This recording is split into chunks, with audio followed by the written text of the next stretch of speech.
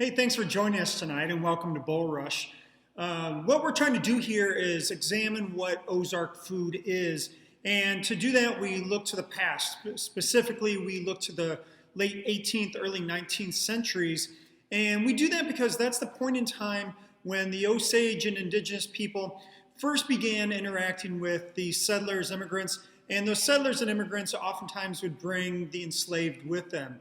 These three distinct cultures come together at that period in time for the first time, and they all share their knowledge and their backgrounds and their cultures, and those are the things that led to what we now know of as the food from this region. Now, it's evolved obviously for many, many years, and it may not look anything like that time, but that's the cleanest point in time that we can find to see the inspiration and the origins of what we now eat in the region, especially down in the Ozarks. And so we're going to explore that. And we do that through first source, original source documents only, letters and journals. We don't rely on textbooks or interpretive information, but we look to those original sources so we can take the letters and the voices of the past and give them a new life, give them a new voice in a modern time. We're going to do that through a creative process of cooking here, and so hope you enjoy what we've prepared for you as we re-envision what Ozark cuisine looks like. For those of you dining in tonight, we're going to start you off with a little welcome drink, something to celebrate the season. We have a chilled mulberry juice drink that has fresh black walnut sap. That's complemented with Monday brand non-alcoholic gin, so there is no alcohol in this drink, but it has the botanical essence of a gin. It is a distilled spirit minus the spirits. Enjoy that, please. And for the first course for all of us, we're going to start with one of my favorites to make. This is an acorn donut. It's served with creamed sour corn and morels. We're not quite to morel season, but it's coming quickly. And so we're using some of our morels that were dried from last season. Creamed sour corn is basically your cream corn. You're all familiar with that, very ubiquitous to the area.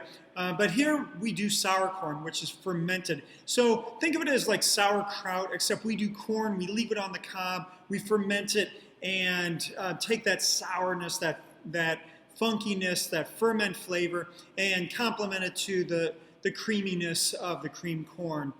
But really the star of the show here is the acorn donut. These are bur oak acorns. Of course, we gather them ourselves and turn the acorns into flour, work it into the donuts.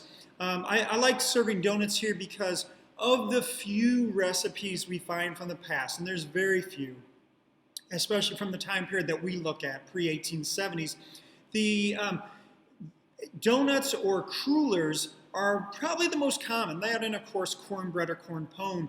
And so donuts are fun to use here because we can use some original recipes without much tweaking. We apply some modern sensibilities to it, but here, this is really an exploration of the German heritage of the Ozarks. It's one major component of those who settled in the area. My family personally moved to the St. Genevieve area in 1840, and before that I was up in the Grand Rapids area, and they were part of that German migration into the area. And so it's fun to explore that because the cultural heritage of the Ozarks is so diverse.